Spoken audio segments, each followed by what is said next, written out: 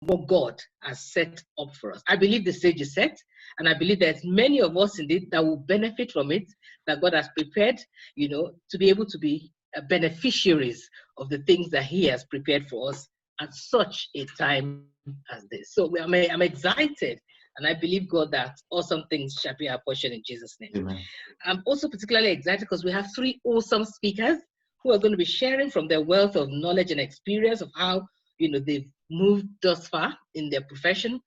They're not there yet, but God has helped them thus far, and they're going to help us to have practical tools to be able to apply to our own personal lives, either for our children, for ourselves, for our siblings, for our friends, how we can actually understand how race relations can also help us in our own work area, how to deal and adjust to the diversity, and how to apply all of this all together to ensure that we have a thriving profession, especially in this season that we're in. I'm somebody who, by the grace of God, alongside with my husband, we always desire to see the best in people. We believe that in HCC, which is the home of restored people that God is taking above every limit. There's no limitation that can hold us back. There's no limitation that can stop you from getting to where God has earmarked us to get. But it's important that we are keyed in the spirit, so we know what to do and how to key in as well. We all know, and if you don't, would like to reiterate it. If I can have the next slide, please. Jimmy, thank you. We all know that right now there are almost every company, every organization is talking about the importance of having, Black and ethnic minority sort of included in their policies and things like that. And this, very small sort of points that I've listed here, it was from a research that was done by an organization in the US, and the research it was conducted in a number of companies around the world. It showed that ethnic diversity can boost the profitability of a company by around 30% in countries around the world. So around this time, most companies are looking for Black and ethnic minority to be part of their ethnic diversity and be able to boost their profitability. So we are in high demand. It's absolutely something for us all to bear that in mind. Also in the US, earnings, rise a bit less than 1% for every 10% increase in racial and ethnic diversity in senior executive roles. So it means that if, excuse me, it means that if basically earnings can rise less if there's not enough, racial people included, racial diverse people included in their senior roles. So it means we're not just no longer talking about, the Black and ethnic minority at the lower levels. No, we are going higher and taking over those senior executive roles, and we shall all get there in Jesus' name. These are the tools we're going to talk about tonight, how to help us all to be able to achieve it. And globally, companies with little or no racial diversity are statistically less likely to post above average returns when compared to companies with average amounts of racial diversity. You can see that there's more and more increase in the companies now, realizing that hang on, for us to succeed as a global company, we need to be more racially diverse. It's a hot demand now, and we need to position ourselves for those things. Also, lastly, in the US, racial and ethnic diversity appears to have a greater positive impact on profits than gender diversity. Before, it used to be the gender diversity that's been sung about and everything, but now we realize, especially in light of the Black Lives Matter and all the recent developments and everything, these are issues now that are really, so we need to go and take over the things that God has said for us. The stage indeed has been set. Last slide, please.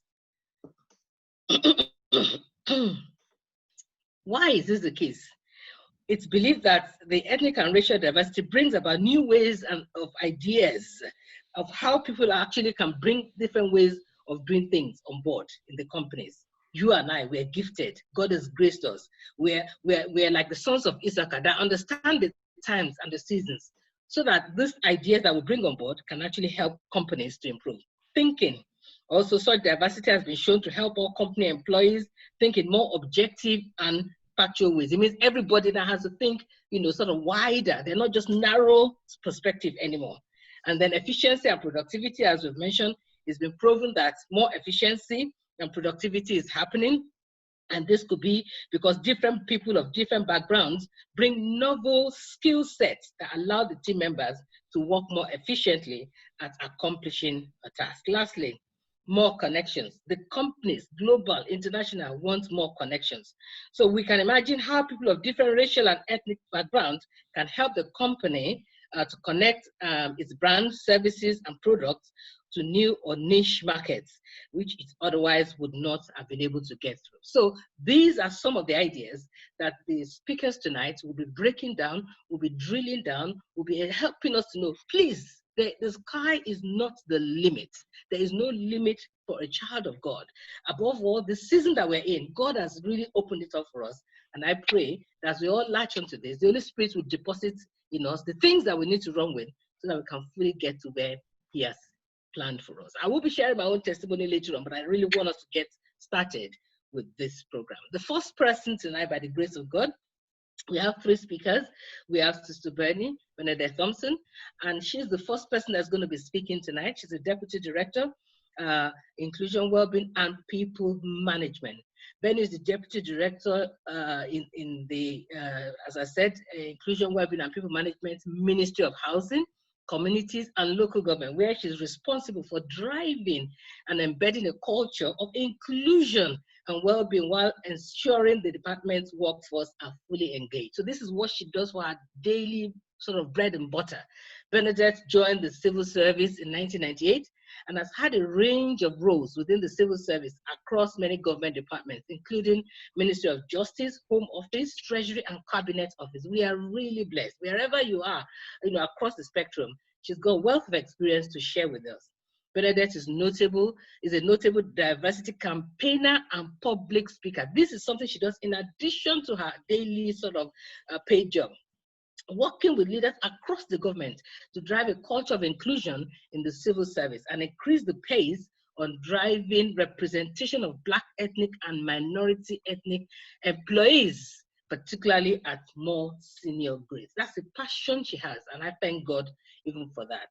Lastly, for over 4 years, Bernadette has co-chaired the multi-award winning race to the top G6, G7 network, a community of interest network group of Black, Asian, and Asian minority ethnic group. The G6, G7 employees across all government departments and agencies. That's an awesome role that God has given her and opened the door for her. So tonight we're really blessed to be able to have amongst us and to start this presentation tonight, Bernadette Thompson. Can we just put our hands together to appreciate her as she actually takes us? Thank you. Over to you, sis. Thank you, Ma. Jumi, can you stop sharing, please, so I can share my slide? Right. Thank you. Okay, I will have a few slides. I'm going to be real quick. Thank you, Pastor Ronke, for that. Really making me blush the introduction. So really quickly, I will try and run through this. So in spite of what Pastor Ronke has said, most of our organizations look like this. They're Black at the bottom and they're white on top. And as Pastor Ronke has just spoken about just now, we know the benefits of diversity to our organizations. I will share some of this, but I just wanted to bring some current stats. I just thought of this about 10, 15 minutes ago. So in the context of this, if we look at London, for instance, 40.2% of people in London identify themselves as ethnic minorities, Asian, Black, or mixed. Another point I wanted to pull out from there is the last point about Newham. 8 out of 10 of the, it's the 8th, so 29% of that population are white. So most of the people within Newham are from a BAME background. I will share the slide so people can see the data in more detail. But all of this information, if you're someone that likes data, and I think it's always a good point to start a conversation looking at the data. This is just thinking about our children. And if you look at these stats, it's about the fact that Black people are more likely to live in households with no access to a car or van. Also, with regards to children and going to school, Black children are more likely to travel longer. They have a longer time to get to school on the school bus than Asian and white colleagues. So it's just things that we need to think about as we approach this discussion.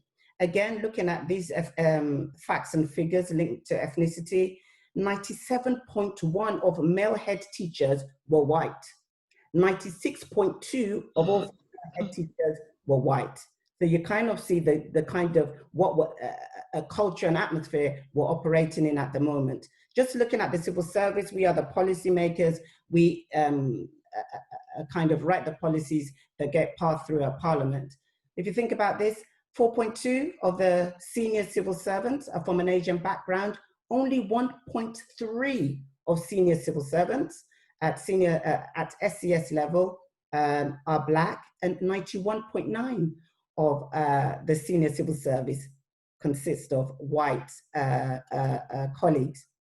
There are a lot of publications out there. I've been looking at the Slido and people have asked about reports. You just need to Google and or ethnicity. A lot of this is out there. So if you do want more information about race relations, please do Google. There's a lot out there, especially at this time.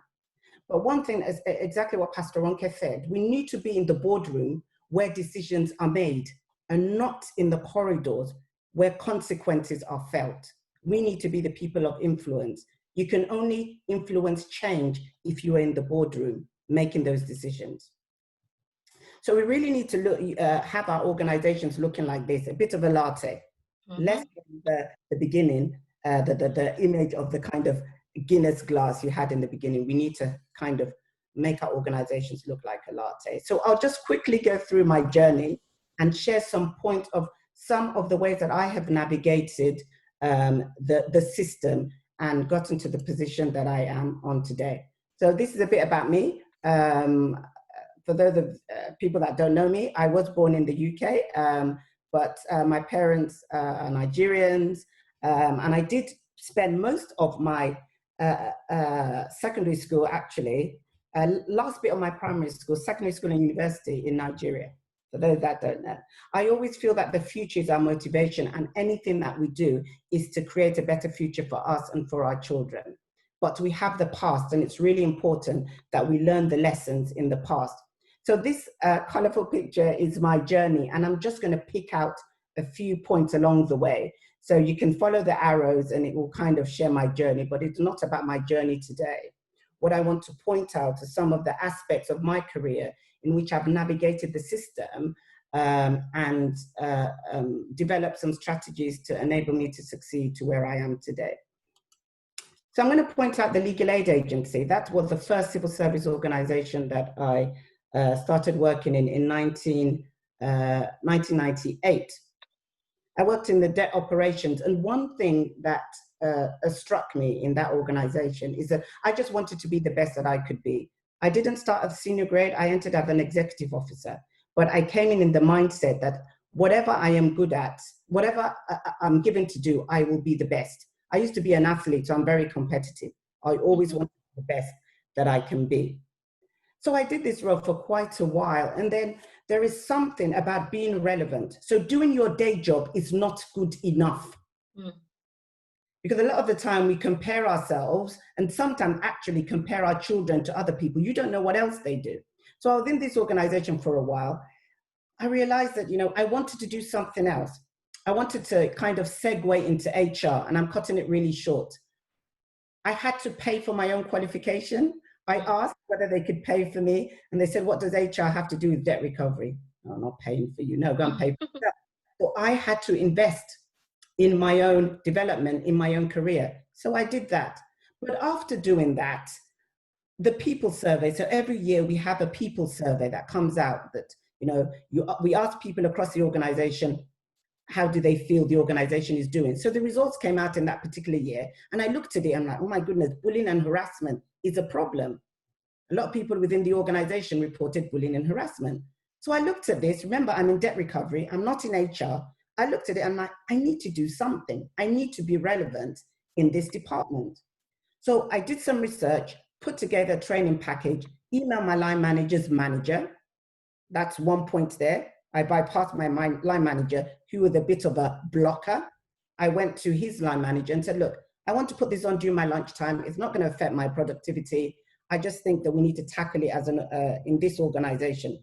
I put this, I went to the pan shop, bought tea, coffee, made it really quite professional. And I put this 1 hour, 30-minute session on for people to come and hear about bullying and harassment and talk about what we could do as an organization. Now, in the second segment of that workshop, one of our executives walked into the room and sat down. And I was like, oh my God, okay, is she coming to tell me to end this and go out? But she sat down. A few days later, she emailed me and said, I need you to come and present to the board. We know that bullying and harassment is a problem. Your workshop is really good. We want you to take it across the organization. Remember, my day job is debt recovery, nothing to do with bullying and harassment. But I saw a problem the organization had, and I was the answer. Rolling on forward, that role enabled me to segue out of debt recovery to get a role in diversity and inclusion, the profession that I am in today. So that's the first step. Second one is my HM Treasury role. And I always say to people, I have had so many knockbacks. I have a file. I always show my daughter Zoe to say, you've applied for 5 jobs. You're complaining. Look at my folder. Now, I applied for a job in the Treasury for 2 things. I already had this role that I'd been offered in the Cabinet Office, but I was walking past someone on a particular day, and they said, oh, I hear you're thinking of going to the Treasury. And I'm like, yeah, I'm going to apply. And they said, well, there are not many people like you there. Okay, I'm going there. That's where I'm going. So I applied for this job. And there's something about, I've looked at a question on Slido about how do you be yourself? You need to be yourself because all of us are unique and there's always something that we can bring. There's no point in me trying to be like Pastor Ronke because I am not Pastor Ronke. There's no point in me trying to be like Rose because I am not Rose. I have my own unique qualities, and that is what you should bring when you approach an interview, but not try to be like somebody else. But anyway, I approached this interview, and I got a phone call. Oh, you didn't get the job. And I was like, oh, okay, that's fine, thank you, because I already had this Cabinet Office job. But they said, hold on a minute, we like you. There's something about you that's different. And I was like, okay, is this an April Fool? Kind of, who is this? And she said, we are going to offer you this job on the same grade as the person who's going to line manage you. And I was like, okay. And I'm like, well, what is the job? They said, well, we can talk about that later. But you can tell us what you want to call the job, but we just want to find out whether you want to accept it. And I really did think it was a prank. I said, okay, send me an email. I'll sleep on it and I'll let you know. What I'm trying to bring out there is don't let knockbacks hold you back. You have to be in it.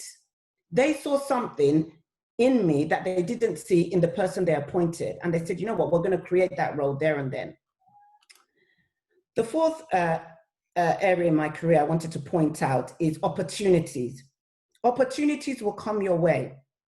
And you need to make sure that you align yourselves to it and you grab them with both hands.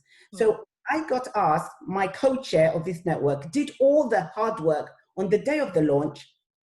I got there early. And she said, Bernie, do you want to co-chair the network with me? I'm like, oh yeah, I don't mind, I'll help. And this was one of the, I think you'll hear from Minister Dakwa later on, big moments that I didn't know. And there's something as Christian where God positions things to work in your favor and you don't know. I just said, oh, I'll help.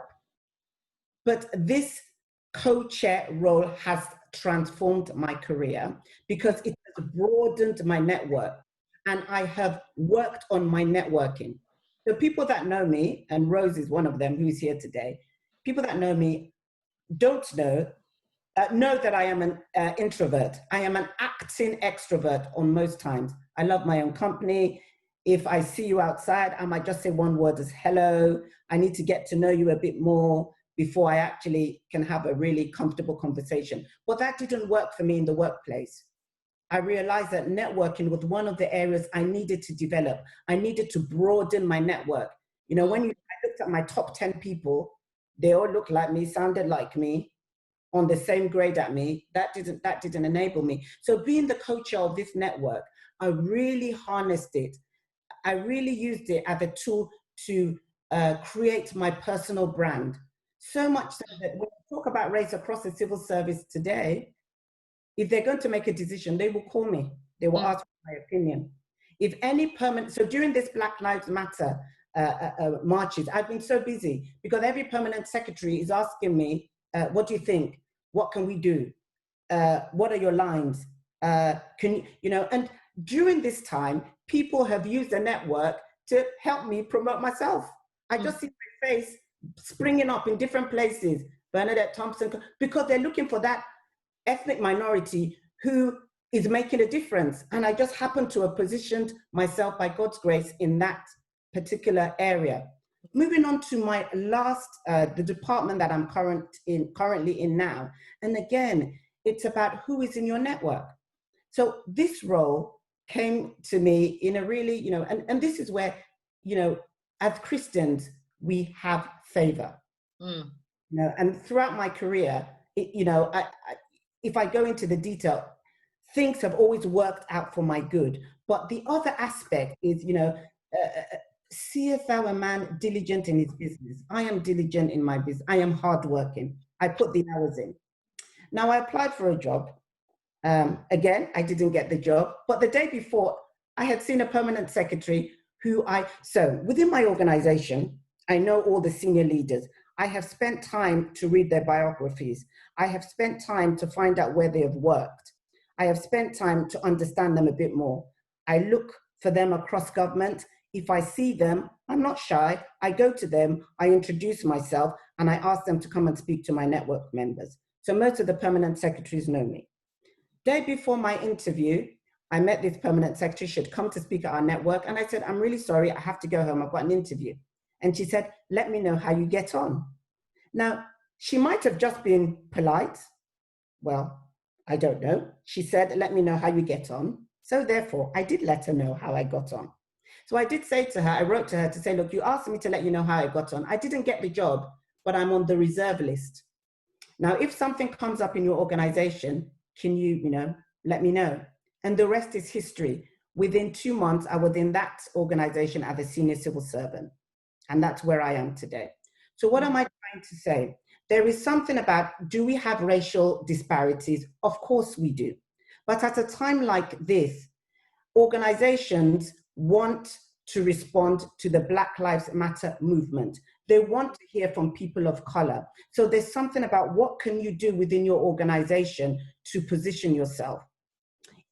I'm not going to, I've looked at some of the questions on Slido, and I realized that people have, you know, have kind of asked questions, what can I do? There's racism, people, you know, people are discriminating me. I'm not going to say that doesn't happen. You can build your resilience, friends and family, employee network groups, trade unions are there. A lot of ethnic minorities do not sign up to the trade unions. They do it, they want to do it when they have a problem. It's too late then, because trade unions want you to be members of the trade union for a while. So there's something, we can explore that later on. So networking is really important. Within your organization, who do you know and who knows you? If you just talk to the people who look like you, sound like you, go to lunch with the same people, well, that networking, that is what make organizations go round. There's some roles that do not get advertised. People just get tapped on the shoulder. Oh, Bernie, you know, a role is coming out. I think you will be a good candidate. They haven't advertised the role. There is a role that last week that I got emailed. 4 people emailed me to say, do you want to chat about this role? I'm like, no, I don't think I'm interested. But these are people that are very senior at board level, but have become part of my network because I positioned myself there. And I interrupted their network by bringing my own views. So that is one thing I would say of ethnic minorities, we really need to do so much better at building our own brand, but broadening our networks. I'm gonna leave you with 6 Bs.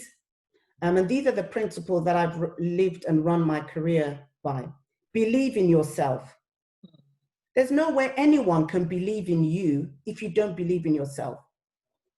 Yes, we do receive knockbacks, but it's what we do with that. We fall down, but we get up. So you must believe in yourself. You must believe that you can achieve and you can aspire to the next level and the next level and the next level. And we are Christians. We have to believe in ourselves. We have God on our side. Mm-hmm. It's just a fact. So that's, I'm losing my confidence. I get that. But we really have to spend time in investing in ourselves and believe in ourselves. Better yourself. So I talked about the time when I invested in my career. They declined from putting me through an HR course. I paid for myself. But I tell you something, since that time, my organization, the civil service, have paid for every single HR qualification that I've undertaken since then. But I had to invest first. Be yourself. So I talked about being in the treasury, going for the interview and just being myself, bringing my authentic self. I always said throughout my career, sorry, I don't go to pubs, I don't drink, so I don't have any business in pubs. And I remember this is going back a few years. People will say, oh, you're not going to get far. Oh, you need to go to the pub. That's where it happened. No, I have never been to the pub for such a purpose. And, it's great for me to say, by the grace of God, that I'm a senior civil servant. I don't need to do my networking in the pub. I don't drink. So I don't need to be in that environment. I can network where I decide to. Be your best self. Again, this comes by building your resilience, eating well, sleeping well, showing up at your best self. You come into work not looking tired and worn out. Making sure you study, making sure you do some research. You've got the answers. I said I had to study to put that bullying and harassment workshop on. That was another big moment within my career. It enabled me to get out of debt recovery and move me to the corporate center. So be your best self, invest in yourself, take care of yourself, build your own brand. I'm telling you, I have built my brand in my profession. Nothing happens in the civil service on race or diversity without someone running it by me. Oh, Bernie, I just wanted to know your view, or asking me to kind of raise it at a more senior level. It's really important. So I always say to people, if you're not on LinkedIn, I don't understand. I've spoken to a few people. They say, I'm there like I'm not there. You need to be there.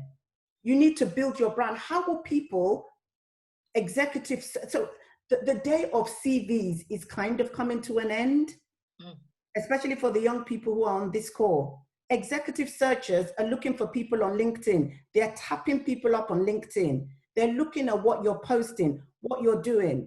If you go onto my page, you will see that a lot of people are promoting me without me doing anything. I will post something, 300 people have liked it. The other day, I did a podcast with a professor and a psychologist. I was kind of the most less academic person in the, on that call. However, since that time, I've received so many requests from so many different people to come and talk about the issues around race. Why? Because I position myself. My brand is just being built for me. So please, if you're not on social media, please get on social media. Post about things that are linked to your profession. It's a marketing tool. You need to build your own brand before someone can build it. Be on Twitter. You can tweet about anything. I tweet about church. There was a time, I can't remember, Apostle Wale delivered a sermon, and I just got his permission to say, sir, can I post something about you on Twitter? Because I really wanted to get that message out. So you can really actually use Twitter as to evangelize as well, just throwing that in. But you must be able to build your brand. Otherwise, who's going to build it for you? No one's going to build it for you. You need to start building it yourself first. And be strong in yourself. Be resilient. We can do all things through Christ who strengthens us. Amen. So we have that added advantage, but we have to invest. We have to invest first. And God will always come through for us. But there's something that we all, for ourselves, we need to make sure that we are diligent in our own business. And I think that I'm done. Thank you. Lovely. Thank you so much, Sir Bernie, for that. Evidently, by the grace of God, God has put you at the cutting edge of your profession. And we know that God indeed will continue to take you higher and higher.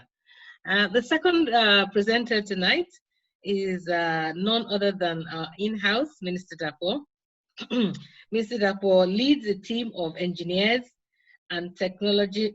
Minister Dapo is a senior director, global process engineering, CHEP, a Brambles company.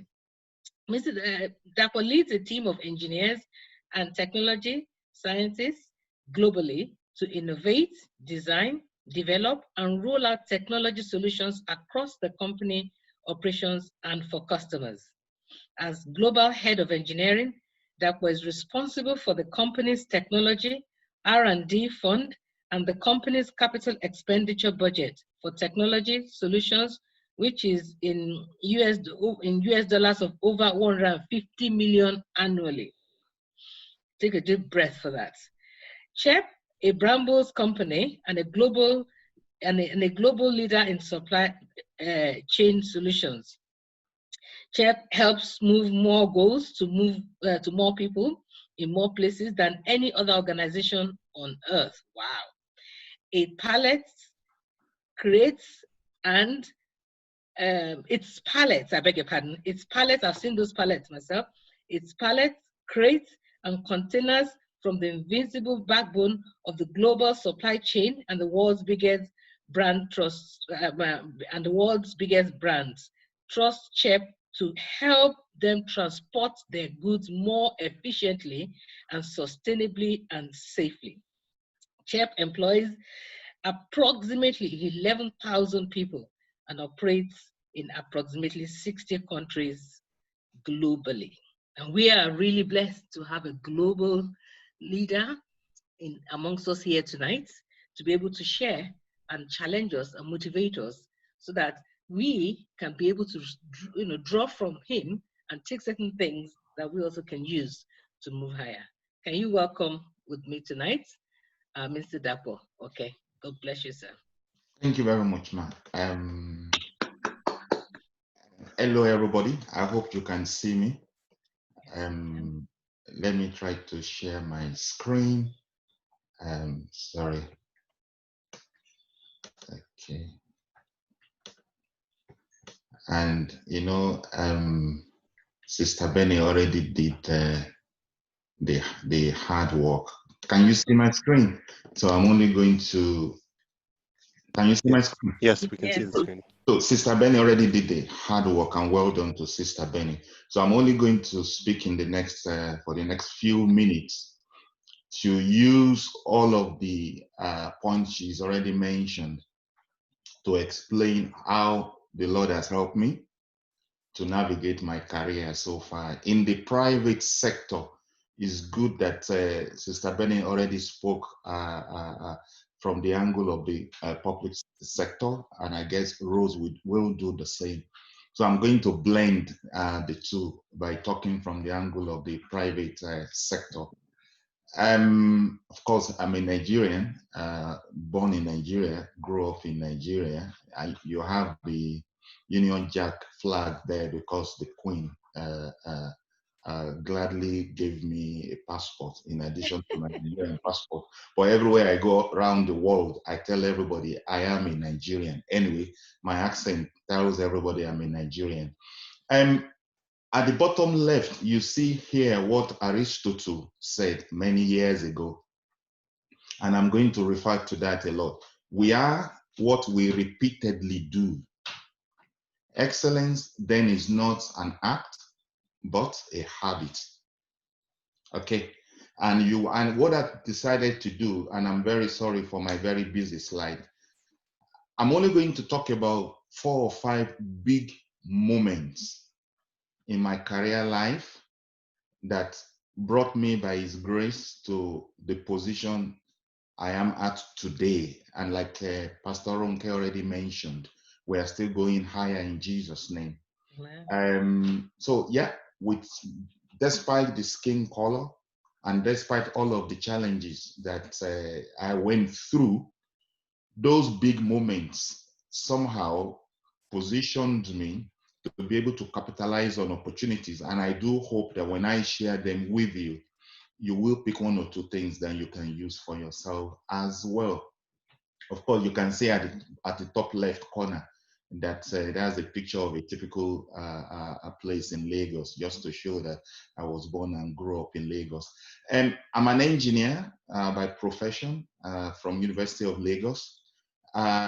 started my engineering career at a company called Temple and Golders in Ogun State in Nigeria many years ago.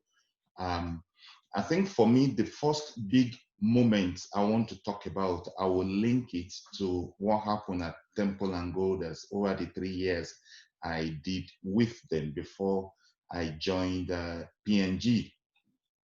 I was one of 10 engineers, actually the youngest of 10 engineers, and the most recent. I was the last to be recruited in Temple and Golders then. But when I joined, what was I doing? I realized that it was a massive factory, actually 3 factories, totally automated. And I realized that I really need to know A to Z of every of the 3 factories. So what did I do? I packed all of the manuals of the factories to my house. And over the next few months, I was really studying. It was hard work just to make sure I have on my fingertips what is going on. And if anything goes wrong, I know what to do. Remember, I was the youngest and the least of 10 engineers we had there. I think the big moment came when one of the big plants, the refinery, went down. And the pump that went down, unfortunately, what they used to do before I joined is to order a new one to come in and replace it. And I told them that I can fix it. They were looking at me, that no, it's not possible. We've never fixed, nobody can do it. And to cut long story short, stripped down the pump, removed what was bad, replaced, fixed it, and got the whole refinery working again. The chief engineer pulled me aside and said, "How did you know about this?"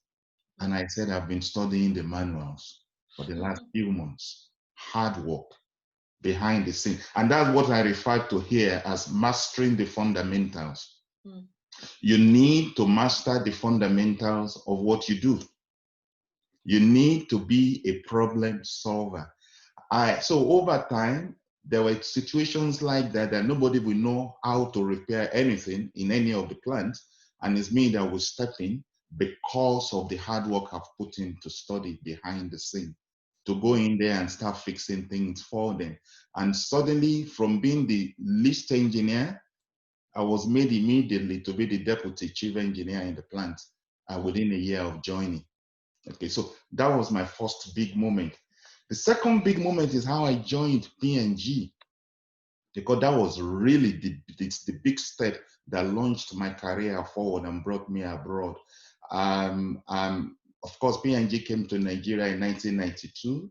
I didn't know about it. I didn't know anything about them because they acquired a local company, Vitalinks. They used to call the company in Nigeria. And it was my mom actually that called me. I had an interview the following day. Anyway, I went to the interview. And look, when I got there, again, I met about 10 people, engineers, all of them, the minimum in engineering experience was 10 years. They asked me, "What are you doing here?" I said, "I've been asked to come for an interview, but I don't know the company." They told me, "You must be in the wrong place, because this company is an American company. They are new in Nigeria. They want to recruit a chief engineer for their operations, the plant they have in Ibadan that supplies the whole of West Africa." And they said, "When did you graduate? Because you're looking so young." I said, 4 years ago, so I have 3 years experience. And they said, "No, we don't think you are meant to be here." Anyway, to cut long story short, I got the job. It's a miracle. How they got my CV up to today, I don't know. But they invited me. I did the interview with having the lowest number of years of qualification, but the right number of years of experience. So the 3 years I did in Temple and Golders, mastering the fundamentals, the hard work paid off. And that was how P&G recruited me as the chief engineer in the plant. It was a big moment for me. The day I was paraded across the plant in Ibadan, imagine a 26-year-old skinny boy was being taken around as the new chief engineer of P&G in Nigeria. Everybody was looking at me strange. Little did I know that the former chief engineer was fired 3 months before I was hired.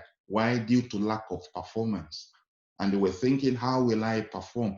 But again, the typical me, when I started in P&G, again, all of the manuals, the operating manuals, I started studying just to make sure I'm preparing myself for the big moment.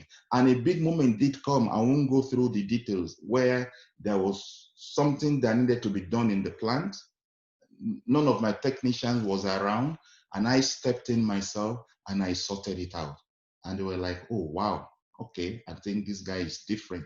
Anyway, and that was how my career just took a springboard and moved forward. Because from Ibadan, as you can see there, I got transferred to P&G in Italy, Romania, and I won't go through all that. And then I came back to Nigeria and I was made the plant manager. I was the first Nigerian to be made plant manager of the plant in West Africa. Normally they will bring expatriates to be plant managers. I think, and then of course after that I got transferred again abroad to London plant, as you can see there. And then from London plant I got transferred to P&G in Czech Republic.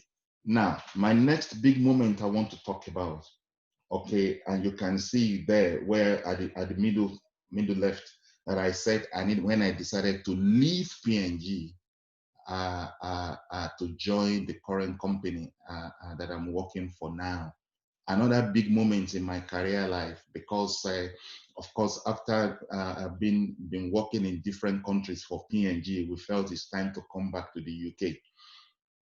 You don't leave P&G, people don't really leave P&G because it's an environment that is not harsh career-wise.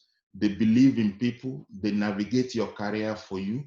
But those that have left P&G, they do tell us that the career life outside of P&G is very tough, highly competitive, you know, less lenient.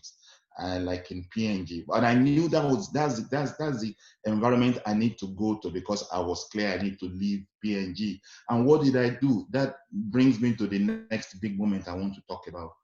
I contacted a company called Tempo Reed in Leeds. They are executive coach company. They coach people that are wanting to make a leap to becoming an executive.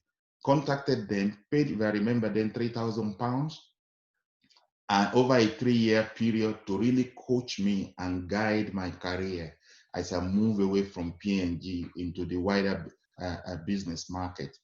And I must say it was hard, because I was flying from Prague. I was still in P&G in Czech Republic. Every 2 weeks on a Friday night after work, I was flying. I flew into the Midlands airport. We rent a car. We drive up to Leeds all through Saturday, sit through the coaching classes all through Sunday. Then we fly back to Prague. I had to put that hard work in, because I want to make sure when I leave P&G, making my transition, I don't want to experience what my other colleagues that were Caucasians, by the way, had been experiencing, struggling to cope outside of P&G. And of course, I went through that for many months, and CHEP, the company I now work for, had hunted me to join them. So I joined CHEP in 2006. The next, and probably the last big moment I want to talk about, is how I became a director in CHEP many years ago, actually, 2008. I was already just about 15 months in the company when they advertised for a role as head of container operation for Europe. But they were very clear on the advert: if you are less than 2 years in the company, do not apply. So I didn't apply. Okay, I was just a regional manager then. But after about 6 months, the HR director came back to me and said, Dapo, why didn't you apply for that job? And I said I felt I was not qualified because I was less than 2 years in the company.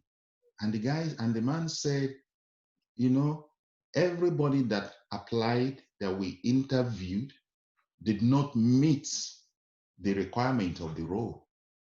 But the panelists kept saying the only person that can do this job is Dapo, okay? I said, wow, but I'm less than 2 years in your company. He said, it doesn't matter. Then I said, but the advert closed 6 months ago. This is where God's intervention, meets and I will say basically launch your preparation. I said, but it closed 6 months ago. He said, it doesn't matter. If you are interested in it, please apply.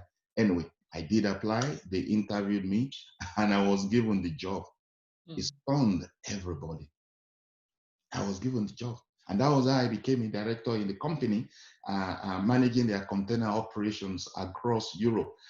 The last point I want to mention about big moments was one day I was traveling with my line manager, my vice president, senior vice president, and they have a problem with their operations in France and Belgium and Holland because the previous director had not been performing and they had fired him. Actually, they fired one and they demoted the other one. And they are looking for somebody to pick it up. And those that they have been interviewing again have not met the requirements of the job. And they were talking in the car. I was driving. We were all together, but I was quiet. I was not part of the discussion. When they finished discussing, I said to my boss, I said, I have a solution to this problem. He said, what's the solution? I said, I can take on Belgium, Holland, and Luxembourg, in addition to UK and Ireland for you guys. The guy looked at me and said, Dapo, UK and Ireland is already the biggest operation in Europe that you are managing. You are doing it excellently well. How are you going to take on Belgium, Holland, and Luxembourg? I said, I have an idea, but I'm offering you, if you can't find a solution, I do it for you guys. And the guy just called the rest and said, Dapo has a solution, guys. No need to continue interviewing. And that was how suddenly I became a director of operations across the whole of Northern Europe in the company. And of course, from there, went on to be logistic director, working from Manchester. And finally, I got promoted to this global role as head of engineering. The point I want to stress to close my submission here is you need, like, the 6 B's of Sister Benny are spot on. Okay. But in addition to that, you need to master the fundamentals. You need to put in the hard work in whatever you do. Knowledge is power. And power is influence. And influence is leadership. So when you put in the hard work to master the fundamentals, it's only a matter of time. They will spot it, regardless of how harsh. I can go through, yes, the challenges I faced because of the color of my skin in the early days, but the fact that what they need to solve their problem, just like it was with Joseph, was in Dapo, okay? They had no choice but to put me there and to keep putting me there, keep putting me. Of course, that's why they could say after 6 months, they could come back to me and say, we want you to apply for that director role. They said, it's only you that can do it. And lastly, like Sister Benny said, you need to be yourself, to be a brand. I remember I was talking to one vice president some years ago in the head office. And I said, there are so many mafia groups in this organization, the Spanish, the Americans, the Italians, the British, and I'm thinking which one I should join. I was just talking to him, of course, I'm not going to join their mafia. And what he said was profound. He said, Dapo, you don't need to join any mafia. You are a mafia yourself. Have you not seen that we all come to you? You are a brand. Just continue being yourself. And so what I want to leave with everybody is we master the fundamentals, have the right attitude to your work. No sacrifice is too great. If it's going to help you to master the fundamentals of your work or of your function, no experience of grunt work is too menial. If it's going to help you to learn or pick something new, to do what you are doing better, and then be a completer, finisher, be a problem solver. Don't abandon work, get things done, and like Sister Benny said, Network, part of networking is knowing what it takes to get ahead. Through networking, you find out what it takes to get ahead, you know, and then keep developing yourself. Like I mentioned, I needed to go for a 3-year development, executive development training that I paid for. And I was having to fly in from Prague in the initial first year of it, you know, from my own pocket. Because why? I knew to be able to break through to that top level, I need to have the right skills. And I wanted to go through what it takes to acquire it. So I paid for it myself. Over to you, man. Thank you so much. Really, really appreciate you, sir. I mean, Mr. Duck was really said so much tonight, in addition to what Sister Bernie said, and I'm sure, I trust that Rose also is going to give us another dimension before we go into the question and answer sessions. But there are certain things he said that really struck me and reminded me of basically of the message that pastor's been preaching concerning characteristics of new beginning. It says, ask the relevant questions of life. We can see how when he asked the relevant questions, how it came across and how God used that to open doors for him. Also, there's something that pastor said, which I could draw from what Minister Dapo was talking about. It says, the Black and ethnic minority, we sort of need to deal with internal fundamental hindrances. There are certain limitations that we've placed on ourselves, either because of where we come from or what we will say or how things will be. Those limitations must be removed for us to go higher, for us to be who God has called us to be, for us to break, away from that mold that has set us in. And I believe that by God's grace, this program tonight will enrich each and every one of us. Each and every one of us will have something to be able to take and to use in the marketplace. Can I now introduce to you the next person who is a guest amongst us, but is also a sister and a friend to our old sister Bernie. Her name is Rose Odudu. She's a communications and engagement manager. Rose is the communications and engagement manager in the prison escort and custody service, where she's responsible for leading communications with key stakeholders and suppliers across the UK to ensure a smooth transition into the new prisoner transport contract. Rose joined the UK Civil Service in 1996 in the Legal Aid Board as a customer services manager, 1996. Rose subsequently progressed in the organization, undertaking several roles: complaints manager, private secretary to the head of finance, and delivery manager. During her career, Rose has undertaken many demanding roles, supporting some of our high-profile politicians. She was the assistant private secretary to Sam Gyimah, former parliamentary undersecretary in the Ministry of Justice, and also she undertook a similar role as the assistant private secretary to Dominic Raab when he was the Minister of State at the Ministry of Justice. We welcome you, Rose, and we say thank you very much for accepting our invitation. Thank you. Oh, thank you, Pastor. That was an awesome introduction. I feel like it's a tough act to follow Pastor Dapo and Sister Bernie, but I'll try my best. I like what you said about not using those excuses in our life as a limitation, because kind of that's what I'm going to touch on. I can share my screen. Okay. This is working. Okay, so I've kind of titled my mini presentation as Harnessing Your Power in Today's World. Because I see that we, as children of God, we've all got, as you said, Pastor, we've all got that power within us that we can harness. And it's just up to us how we use it. We can either use it as a limitation, or we can use it as a stepping stone to achieve greater things. So before I start, I think as Bernie has done and Pastor Dapo has done as well, is to set out my journey, my story, because I don't think you can understand where you're going until you understand who you are and what you're doing. So I'm half Nigerian. My dad is Nigerian and my mom's Jamaican. But the funny thing is, if most people ask me, where are you from? My default is, I always say I'm Nigerian, which is kind of biased. But I'm kind of both. I've got 3 children. And as you learned from the introduction, I worked on the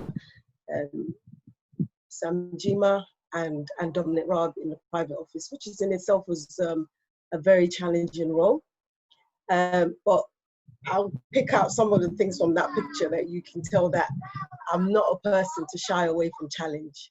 And that's been a theme throughout my life. I had 3 children in 3 years. That was a challenge. I've run 2 half marathons. That's a challenge. I have climbed, I climbed up a mountain in Wales, Mount Snowdon, and that's the picture you can see with a group of my colleagues, my friends there. That was a challenging role. So I don't shy away from challenges. Recently, there was a call out for Royal Volunteers to be part of the Royal Volunteers for the COVID response to help people that were shielding. I took up on that challenge as well, because I just feel you need to harness yourself in positions and help out where you can and be of use. I don't think you should have talents and have things that you're good at and hide it. The Bible says that you should not withhold good from your brother if you are able to and able to do that. So I try and do that. That's like a common theme around my life. I'm a school governor. I've been a school governor for about a year now. So all these things people can use as an excuse not to do anything. I use it as a stepping stone to achieve more.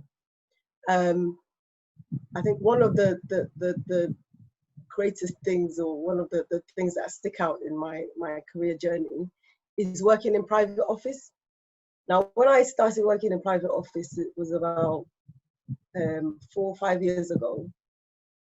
There were no Black people in there, and it's still not. It's quite it's quite underrepresented as an organization or as a department. And I remember when I went for the interview, or I went for the job. In fact, it was Sister Bernie that showed me the job, and she said, "Yeah, go for it."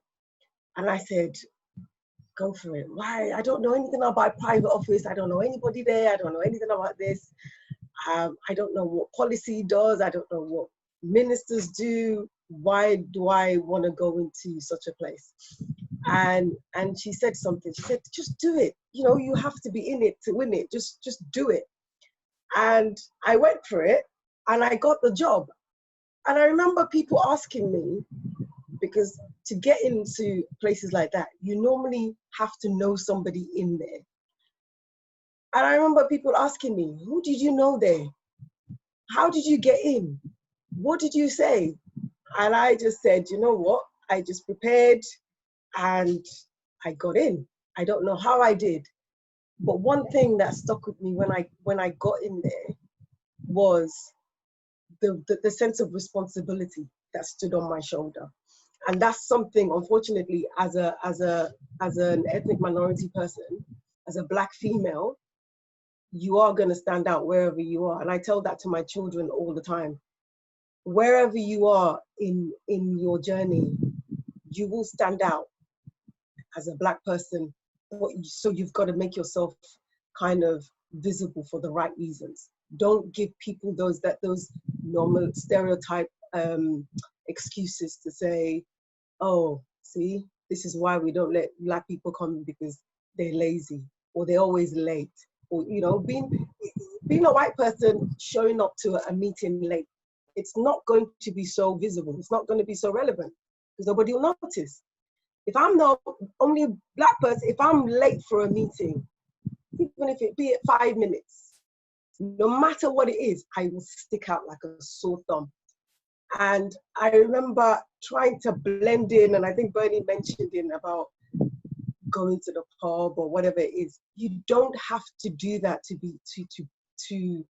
become relevant within a department. There are other ways of harnessing that power and making yourself visible for the right reasons. I think Bernie touched on something about researching who you're working with is so important. I'll touch on that in a minute, but I just thought I'd say that now. Researching where you're going, what you're doing is really, really important in that journey. So that kind of sums me up in a nutshell. But the second thing I wanted to touch on is your personal brand. And I know that Pastor Dapo and Bernie have said similar things, but I want to kind of emphasize how the power of your personal brand, how important it is to have that. What is your unique selling point? Who you are, what do you have to offer, what makes you unique and stand out? And it has to be for good. So what people see you doing is very important. Wherever you are, you need to be an important voice, visual. What people hear about you, because I'm not always there. You have to have people will be talking about you. So it's your reputation kind of precedes you. So wherever you are, people will be talking about you and saying things about you, and it can make or break you. For instance, in this current role, I've been in this role for just a few weeks now. And before I started, so in my previous role, Bernie will know me. Bernie will say she's the introvert. I'm the kind of extrovert person that she takes along to kind of shield her from things. But she tells a lie. I think she's quite extrovert, but she likes to think she's an introvert. But what I was saying is, when I got into the role, I had so many people that I'd heard about me, or I'd worked with in some other guys. And when we had that like a first team meeting, they were going, oh, Rose, I've heard about you. Oh, you did this. And oh yeah, Rose has done a really good job on this, and she's done this previously, and blah, blah, blah. And I think it's really important about that, building that personal brand, so that when people see you, when they hear about you, it's on a positive note. And Bernie said about social media, your social media presence is so important. Don't post things on social media. I say this to my kids all the time. Don't post things on social media that you're going to regret in 20 years' time. You might think you're young, you're 16, you're 20.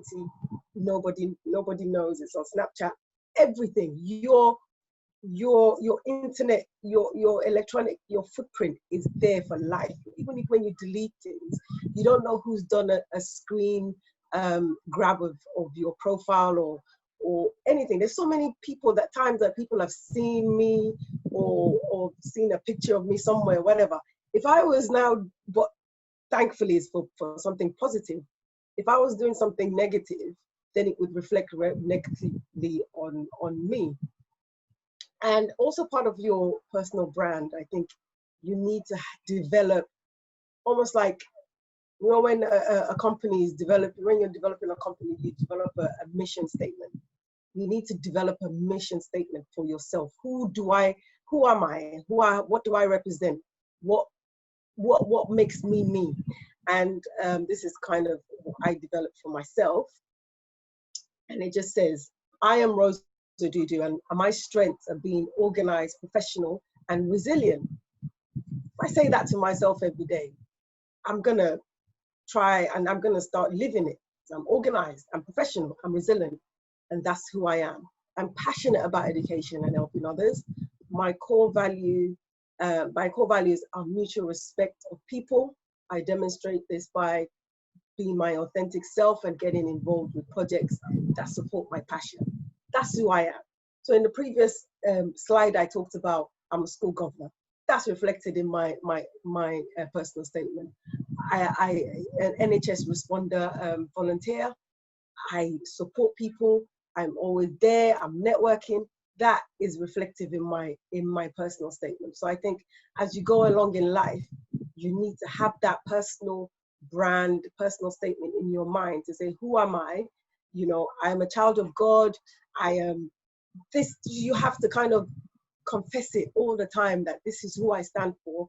So whenever anybody comes to say, to compromise you, you can say, no, I'm resilient, I'm professional, I'm organized, you know, I help people, I have mutual respect for people. So when you want to let me lower myself into your level, it's not going to happen. So I just want to, so Bernie touched on her and her 5 Bs, but I've got the power of remaining relevant and visible. So wherever you are, you've got to remain relevant, be involved in the right things. At work, I'm involved in the different various networks and always putting my hand up to do things. Finding a gap, always trying to find a gap. What's a problem that needs to be solved in an organization and trying to solve it. Don't be that person that stands on the sideline and thinks, oh, it's racism, oh, it's because I'm Black or whatever. No. Being relevant and visible. I'll give you an example. So because of the work I've been doing around the diversity space and being relevant and doing lots of things, unbeknown to me, yeah, people are looking. And an opportunity came for a group of people to sit around the table with the head of the race champion for the civil service, which is Richard Heaton. He's a permanent secretary as well, or was, he still is, for the Ministry of Justice. And the opportunity came for all the race champions across government to bring one person to the table. And the person in the Ministry of Justice chose me as that representative to go to number 10, to sit at that table. And Bernie touched on that. You need to position yourself, harness that power, and be prepared to be around that table. Now, because I was able to have that conversation, because I'd been having those conversations, it was easy for me to be around that table. And because I was visible, it was easy for somebody to bring me into that table. So that's all about, you know, remaining relevant and being visible so that you are chosen. People will see, because if you're not visible, you're not putting yourself up, volunteering for roles or doing anything, you're not going to be visible. So the opportunities are going to come, but you're not going to be to be chosen. And that leads me on to the power of being prepared. Now, this is it's a crazy story, and it's got God written all over it. Now, it's when you're thinking, oh, I'm doing something small, but you don't know what God has in store for you, and it could be something great. So always be prepared. Do your stuff. So I wrote within my group at the time. I wrote an article for our local newsletter, so to speak. And I wrote this article. They asked for this article, and I said, oh, okay, I'll write this article. I wasn't thinking of anything bigger. So sometimes you don't think bigger, but you don't know who's looking or who's there to harness you. And I wrote this blog, and I thought nothing of it. 2 days later, Bernie sent me an email. Oh, I'm writing this blog on volunteering. Do you have any examples or whatever? And I said to her, oh, I'll have a look around on the internet and see what I've got so I can send round to you. But here's one I kind of did for my local newsletter, if you're interested, or if you want to take snippets or whatever and get some ideas. And she had a look at it and says, oh, this is really good. I'm going to send it to my contact in Cabinet Office. And I looked and I said, what do you mean you're going to send it to Cabinet Office? This is not good enough. I just put this, together and thinking, to me, I was thinking it wasn't good enough. She sent it to the contact in the Cabinet Office. And lo and behold, a day later, I think it was, I spoke to her on a Saturday, and it was a Monday. And he said, oh yeah, I'm going to publish this as part of on gov.uk, which is the country global website for the government. I'm going to publish it on gov.uk for Volunteering Week. And I was like, oh my God, what's going on? This blog is not anything near that. And it was published on gov.uk. And as a result of it being published on gov.uk, the national, the NHS Responder Service contacted me directly because they saw my blog. And I had so many people like email me about the blog and everything. And the Responder Service said, oh, we really liked your blog and we want to use you as a representative of our brand. And this is all about harnessing your power, being prepared for a time. And I don't believe in luck. People think about, oh, you're lucky or you're just, no. I was prepared. So make no mistake about it. If I refuse that first, it's a knock-on effect. If I refuse that first call, that first request of writing, then I wouldn't have, the knock-on effects would have not been seen. So it's all about being prepared, standing up to the challenges and stepping up to things that you might not want to do, but you don't know, you don't see that bigger picture, you don't know the plans. It says in Jeremiah 29, well, I know the plans I have for you. You don't know the plans of God. You don't know where everything fits in that jigsaw. So when you're doing things, just don't do it with a small mindset. Do it with a bigger mindset that this fits into that bigger picture. You don't know, when Bernie was talking about her career and doing the qualification, she didn't know where she was going to end up today. She didn't know that those challenges of 20 years ago, 15 years ago was going to help her today, but she was prepared. So God always prepares you, and you always have to kind of help yourself as well. And lastly is the power of networking. So this is going with the visibility. I am an avid networker. I network like something else. I keep in touch. That's what I do. I have groups for everybody. I stay in touch. I am the go-to person. Okay, somebody's looking for something, I'm the one. Even within my private life, in my family life, friendship groups, and in my personal, in my professional life, I network. And it's not just about networking just for the sake of it. I don't have friends or contacts for the sake of it. It's networking with intent, networking with saying, okay, having key contacts in different places so that when you think, oh, I need help in, home office, or I need help in, or I need something. So always think in any event that you go to, don't just sit there and be a participant and just sit there and just listen to a presentation and say, oh, that's nice. I follow up because of the way I follow up on LinkedIn. I've managed to link so many people. In fact, at my last role, I organized a conference, and I organized this conference at very little to no cost to my organization. Why? Because of my network. I was able to secure sponsorship. I was able to secure presenters, all for free, all because I had seen them at another event, connected them, and flattery will get you everywhere. You flatter people, you say, oh, I saw your presentation at so place. It was really awesome. I'd really like to stay connected. And you're in. People like to be flattered. People like to feel like they've added some value. So when you make them feel like, oh yes, they are relevant in some way, and you always ask. To me, if you don't ask, you don't get. And if you don't ask that question, if you don't put yourself and say, oh, are you gonna do, what's the worst that can happen? The worst that they'll say is no.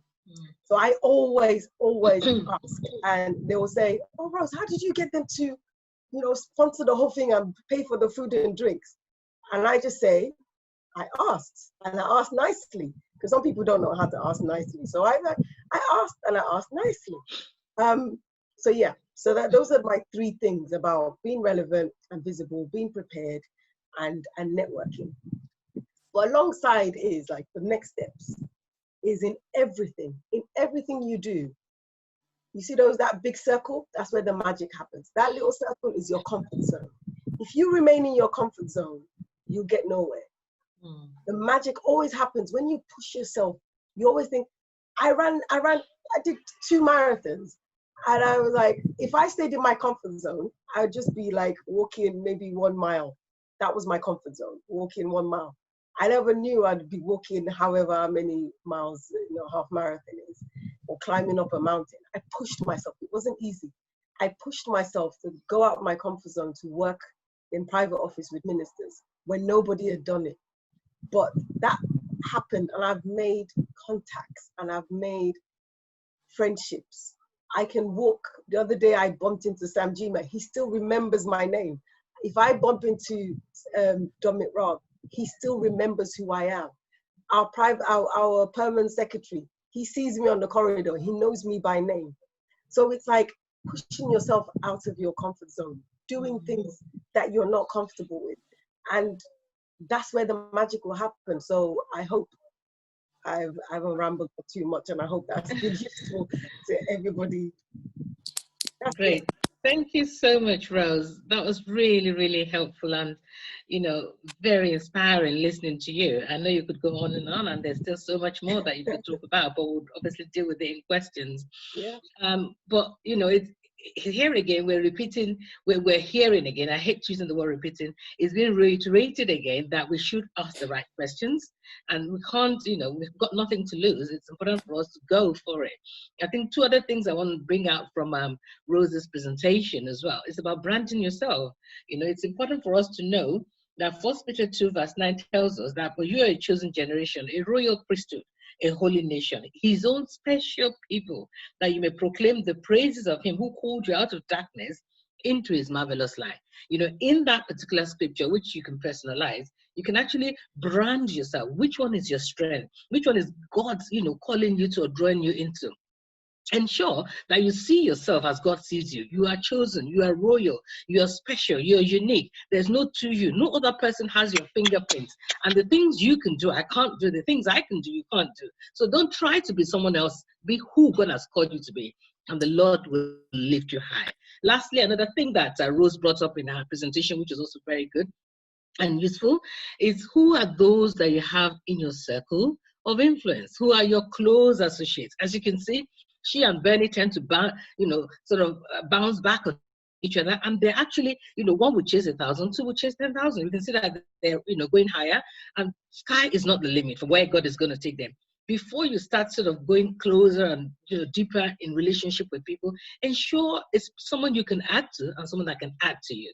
And I know those are the kind of things that would also bless us as we go on tonight. Praise God. Going on to the second section, please bear with us. These questions are very important. We have 2 lovely ladies in the person of Pastor Carolyn and Sister Jackie. So just go Carolyn and Jackie. They'll be asking the questions that have been written or posted on the Slido. And if I can have the panelists on board now, Jimmy, because then they will be answering those questions. And if you still feel there's a burning question that has not been asked or written on the Slido, if we do have time, still post it on, and then we can deal with it. I trust God. Questions that have been posted. Over to you now, Caroline and Jackie. Thank you. Thank you very much, Pastor Ronke. And once again, thank you very much to the 3 speakers. We've got quite a few questions tonight. We've got about 17 questions. Wow. And actually, some of the questions have already been answered by the speakers as they were doing the presentations. However, we will still present the questions, and then the panel can maybe expand where it's required. The first question to the panel, it says, as the only Black person in the office, How do I make myself to stand out? As the only Black person in my office, how do I make myself to stand out? I know the last speaker, Rose, touched quite a bit on that, but I don't know whether there's anybody else from the panel with anything else to add. Over to the panel, please.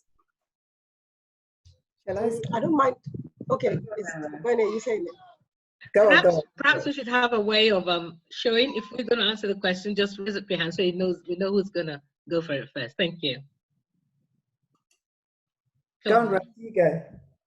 Oh no, I just wanted to maybe expand on my experience in private office where I was the only Black person there, and how I made myself kind of visible. Not that I could, I was already visible, or visible for the right reason, was kind of volunteering for those things. We had different committees that came up, and volunteering for those things, and putting yourself out there and saying, "Oh, I'll lead on that.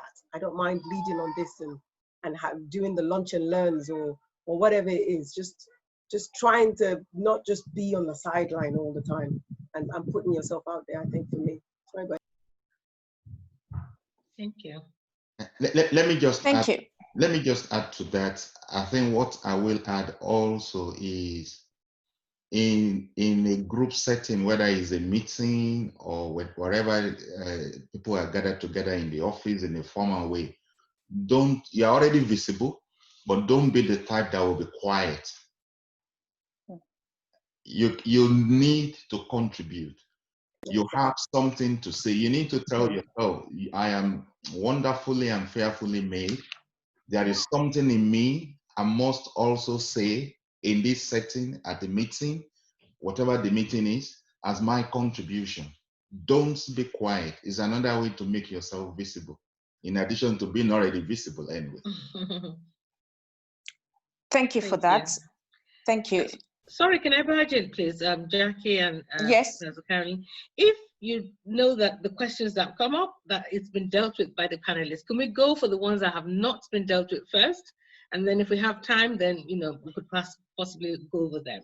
Okay. Thank you. Okay, thank you. Time. Okay. Second question, advice on blatant passing over for promotion. When a job has been advertised internally and a Caucasian person with lesser qualifications and less experience has gotten the job. So how does one get through being passed over for promotion as a Black person? Over to the panel, please. Okay. Go for it. So I think that touches on some of the things that we've said. So one of the things I said was, look, make sure that you're members of trade unions or an employee network group. So where you've been blatantly discriminated against, I think that's something that you can explore with your trade union rep if you did want to raise something more formally. But I do think that some of these issues are linked to visibility and a link to the point about networking. Who knows you? What have you done? How are you relevant? Who knows how good you are? Yes, we do know that our processes are fair, but again, linked to what Minister Dakbo said, the person, you might have more qualification than them, but how have you demonstrated historically that you are able to answer the issues that the organization needs to answer? So there's something about, we talk about unconscious bias, some of the stuff that we need to deal with is conscious. If you have been that person, going back to Minister Dakbo's point, who has fixed the plant, who has, I don't care what color you are, they're going to call you if that's the answer. So there's something around visibility, but I'm not belittling the fact that discrimination does occur. And we have HR policies and practices that are in place, so you can raise a grievance. I always advise people to join the trade union. So just put in both points across. Can I add something to that? Yes, sir. In addition to that, maybe another thing to do, normally at the end of each interview process, there must be a feedback session. So they must anyway explain what are the things in you that did not make you qualify for the job. So in addition to raising a grievance, if it's so blatantly done, is also asking genuine feedback, because it might be genuinely that there is something in me that is not up to, because from my own experience, it's not just that I need to get the job, to make sure that I can perform at that level. So if I don't get it, I need to know what are the things I need to work on in myself. True.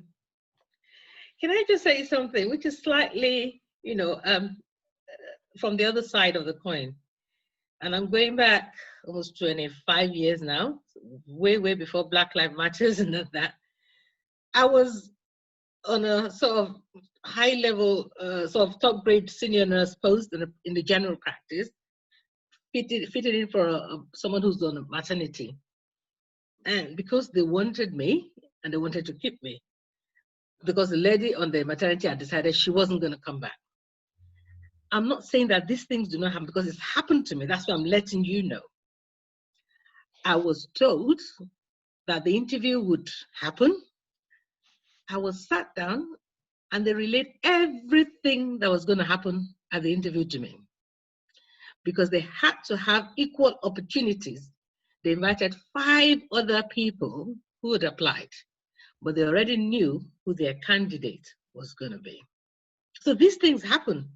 So all the others would have received the feedback, oh, perhaps you didn't do this, oh, perhaps you didn't do that. But they already knew who their candidate. So there's 2 things. Because I was providing a solution at the point where the nurse who was in maternity was working, but when I got there, the standards went higher. So they knew, we want to keep this one. And I was the only Black person, and I was the only Black nurse. And 5 other nurses that were interviewed were all Caucasians. So who says that these preferences do not happen behind closed doors? You may even qualify, but they already have their candidate. So at times the trade unions may not even be able to help you, but the truth of the matter is, when God's hand is upon you, in addition to the service that you're providing, the 2 together, there's nothing that cannot happen by God's grace. I just thought I'd share that. Can I say something to that, man? Yes, sir. In my organization, we made a policy, I think about 5 years ago, globally, that any job from director level and above, if it has to be advertised, and if there is a already pre-selected or preferred candidate, it needs to be mentioned that there is a preferred candidate. Interestingly, if I happen to one of the positions, the European director that works for me, you will find people that believe that, no, I want to still go for it. And where even there is a preferred candidate already mentioned on the advert, but we still conducted the process, but you saw blatantly in front of you somebody truly, genuinely going to offer and deliver more. In few instances, I've changed my mind and gone for the better candidate and gone back to the preferred candidate and said, I'm sorry, but this guy delivered more at the process and is going to give me more. Simple. So you are right, man. There is, but in some organizations, they are now beginning to mention it on the advert that there is a preferred candidate, just to demonstrate what you said, about equality in a sense and equal opportunity. Equal opportunities. Thank you, sir, for sharing that. It's amazing, but the bottom line is there's nothing impossible. If you have a strong sense that you want to go for it, go for it. Yeah, you've got nothing to lose. Thank you, sir, for sharing that. Thank you very much. Now, I've got 2 questions which I think can be answered at the same time. The first one says, how do I tell if my colleagues are being racist towards me or whether they just have bad attitudes? So how do you separate the 2? And then the second question says, I know it's racism. I feel that it's racism. How do I escalate it? What do I do about it? Do I go to HR or do I go to the union? Over to the panel, please. Shall I go? Yes, please. Sister Bernie, yes, please. So I find it difficult to you will know if people are being racist towards you. Yes, we know that in a lot of this space, It's not the kind of overt racism. There are two types of racism, the kind of overt, which is obvious, undeniably, but you have the where they use certain words, but you've got the covert, which is kind of sneakier and kind of hard to point. So someone say, "Oh, Bernadette, you are so articulate." What is that supposed to mean? What do they mean that, you know, considering that you're Black, you talk quite well? Or they ask you, "Oh, so Minister Dapo, where were you born?" I get that a lot. You speak good English. Or, you know, where you go to a shop and you're the only person that the assistant is following around, you know, or they make the sneakier one that they say, I really believe the most qualified person should get the job because they're talking about positive action, which we're allowed to do as part of the Equalities Act 2010. But you will know when you are subject to this, and it is not pleasant and it isn't nice. And this is where you need support within the workplace. There's something about documenting or keeping a kind of diary of some of these instances. So when you do go to report it, you can report it to HR, you can report it to a trade union rep. I would kind of say, speak to someone that you're close to and have a conversation to say, what do you think? I would actually go to my employee network. Most organizations within the UK have employee network groups or staff network groups or affinity groups. You know, have a conversation with them to say, you know what, this is what I'm experiencing. A lot of the times why people don't like to report this is because they feel that, you know, I'll be blacklisted and, you know, the issues will become even worse.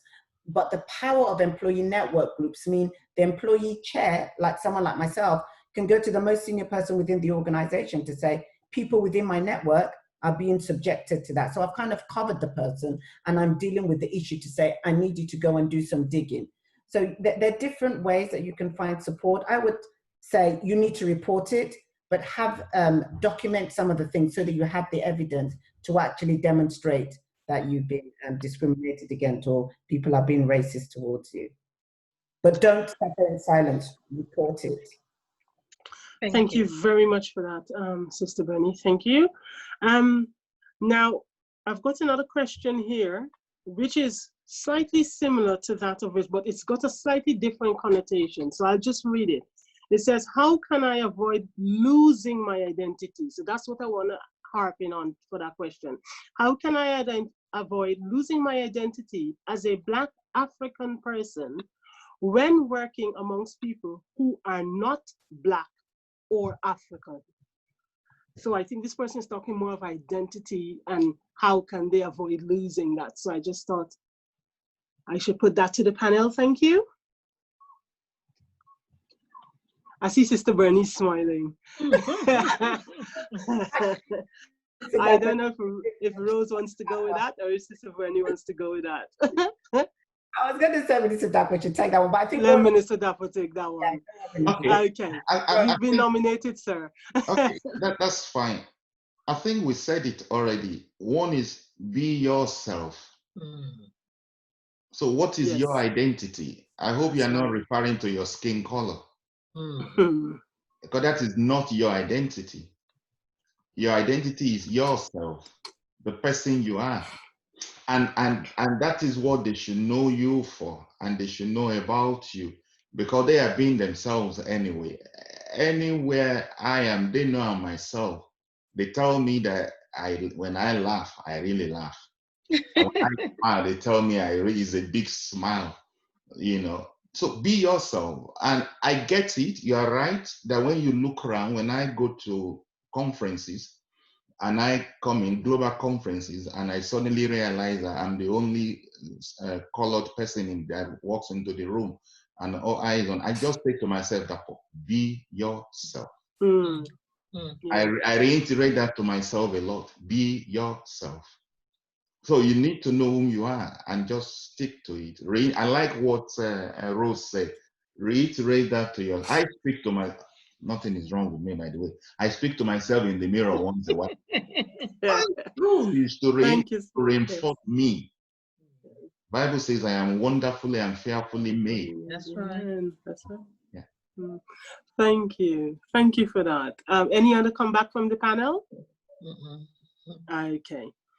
I'm going to go on to the next question. It says, What are microaggressive behaviors, and where do I draw the line on such actions before reporting the perpetrators? Benny, can I take that? Thank you. Go for it. Well, microaggressions. Sorry, I'm currently in the car, so excuse my thinking, but I'm not driving, so just in case anybody's wondering. Microaggressions are the line manager or whoever thinking that you are not up to speed. Or I'll give you an example. This blog that I talked about in my presentation, and some other things that I did, when it was published, rather than my line manager saying to me, "Oh, well done, this is really good, blah, blah, blah." She came to me in an email. Did you get clearance from MOJ comms communication for publishing that blog? Now, if I didn't know my stuff, if I hadn't worked in private office, if I didn't know and be prepared, I know that this does not make any sense. I wouldn't have known. And this is a question of some of those microaggressions that it's not so obvious. It's packaged in a way of second guessing you. It's packaged in a way of, have you checked? Are you sure? And the way you can combat those microaggressions is always being sure, always be prepared. Be prepared all the time. Know who you are. Know what you stand for. And when those microaggressions come, because they do come, they come on a daily basis. That's just one example. I can cite so many other examples that I can't even. I don't think we have long enough. But it always borderlines that when they come with silliness like that, you always have to have a comeback. You always have to know, you know your stuff, you know everything. So you're confident in yourself. You're anchored in that, your truth. So you can't be budged. So yeah, they will come. But that's how you combat them. Just being prepared and knowing your stuff. Knowing your stuff. Thank you. Anybody else on the panel would like to add, or should we just? The incident that came to mind was when I was transferred from Nigeria to P&G London plant as head of the packing operation, and we were in a serious situation that our cost was so high. We're not cost competitive compared to the other European plants, and they were going to shut us down unless we find a solution. And I remember standing in front of my organization, the entire packing floor, talking about what I'm going to do.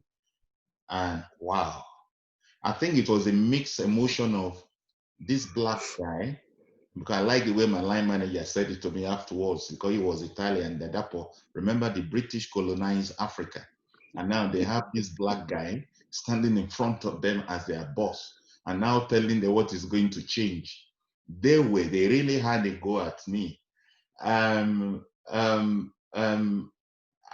One, I realized emotions were involved because they were going to lose their job unless we do something.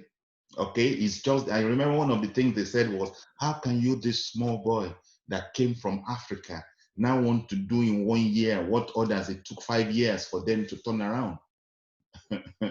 It was that blatant. I reported it to my line manager, but he only said, "Oh, it's because they felt that they were colonial masters of Africa, and you can now be their boss." But it's very clear that I think I could separate the emotions because of what we were going through from the intentions. And after calming them down, making them realize that is not acceptable.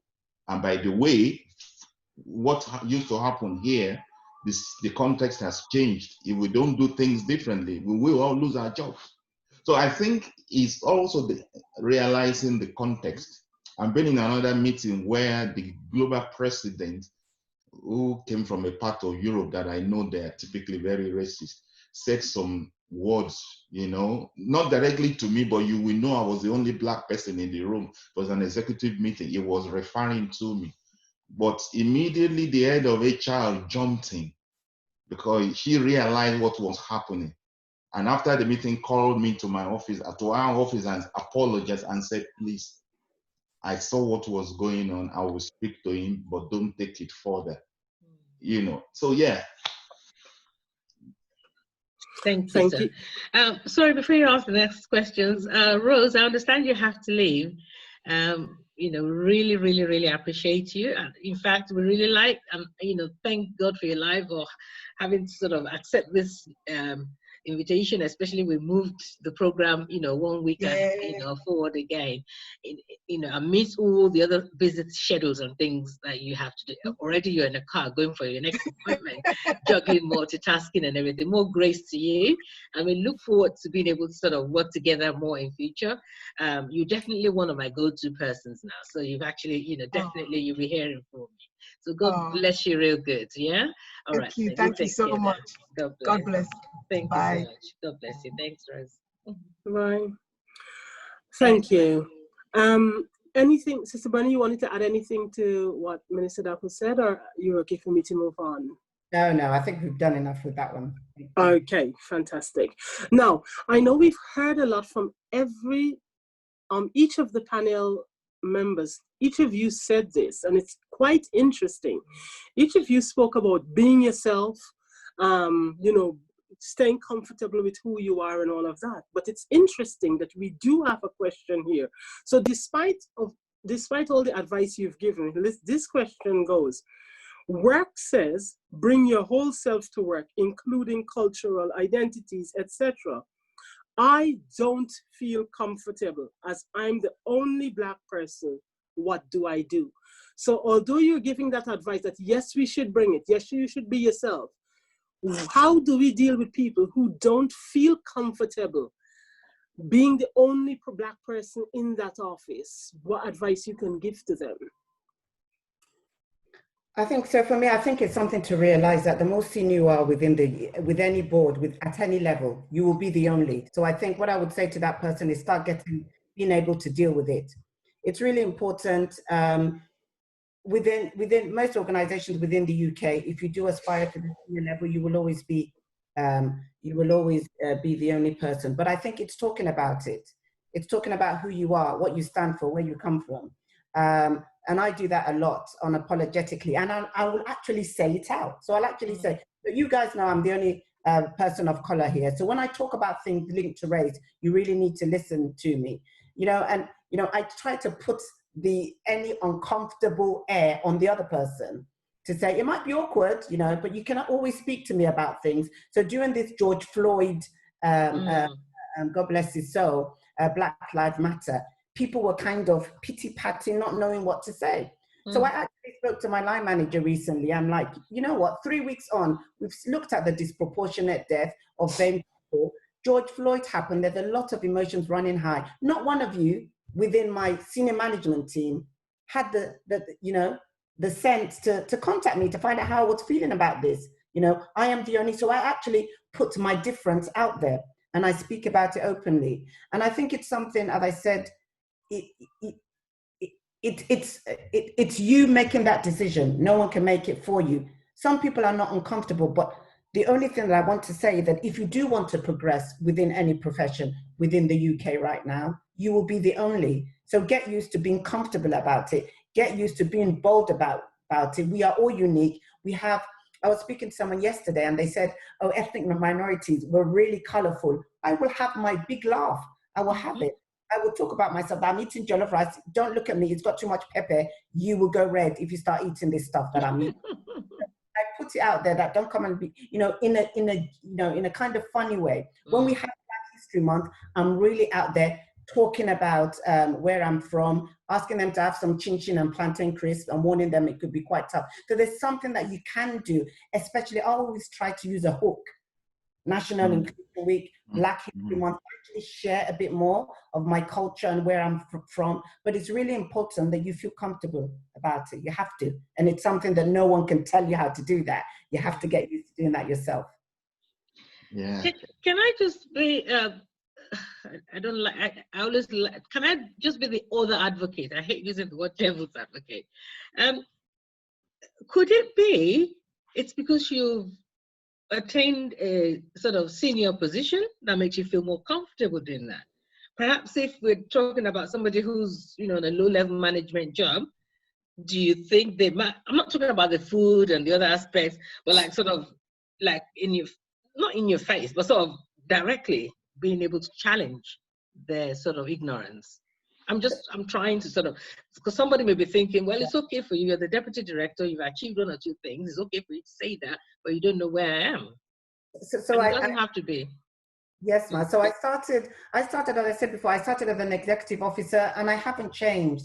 I have always been proud of who I am. And one thing that I've always had at the mindset is I am unique and I have something that I can bring. And I'm not trying, I usually get that out there, that I'm not going to be your crisis management person, but let me tell you what I'm good at. So it's being, and I think it kind of encapsulates confidence in its total entirety. You have to be confident in yourself. And I think irrespective, if you listen to some really young children stand up and talk, you're like, oh my goodness. So I think seniority can help.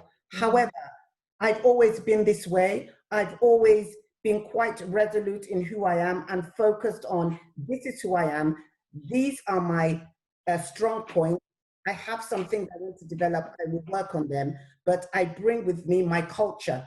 This is how it's beneficial to the organization. And issues from race come up from time to time. And I always say at this point in time, people want to hear your perspective. You're a Black or Asian person within your organization. Right now, you're gold dust, because they need to understand what they can do to help some of the discussions we're having around race relations in the workplace. So I think it's important at such a time like this for you to be actually confident to say, hang on, I can tell you how people from ethnic minorities are feeling at the moment. I can tell you, we are the intrinsic owners of these issues. So we can actually tell you what the solutions are. You know what? You want to have a meeting with me and listen to what I'm trying to say. And that is irrespective of grade. What I found is a lot of our employee network groups of people from a BAME background are junior people. They're at first junior level. They're not senior within the organization, but they're proud of who they are. They speak truth to power because they know who they are. And any level, especially to our young people who are out there, forget age. Age is a leveler within the UK. You can speak up and you can be confident of your background and who you are, but you need to talk about it. You need to talk about it. Can I say something? Because I went through it at my first international assignment when I was transferred to PNG in Italy. I think I was just 26 then. Yeah, it was very overwhelming in the plant as being the only Black and surrounded by Italians, and the tendency is to be quiet and just focus on the work you are doing and not interact, even though you want to be yourself. I think, it starts with what Sister Benny said. After a while, I realized, look, it can't just continue this way. I need to find a way and start engaging with them. And the way I started it is so when we are talking and they are giving me an Italian perspective about, generally when we do general talk, I then bring in, I will start by saying, actually, in my culture in Africa, different. Suddenly you get their attention. I realize, they are interested. And then they will listen to what I have to say. And that was how I started having a voice and being myself. Because I realized, I can always start with, actually, in my culture, this is how we see it, or this is how we do it. It can be overwhelming, but it's determining to start it. And you can start it by looking for the right moment to pick on something where you can bring it, how you do it from your culture. And they do listen.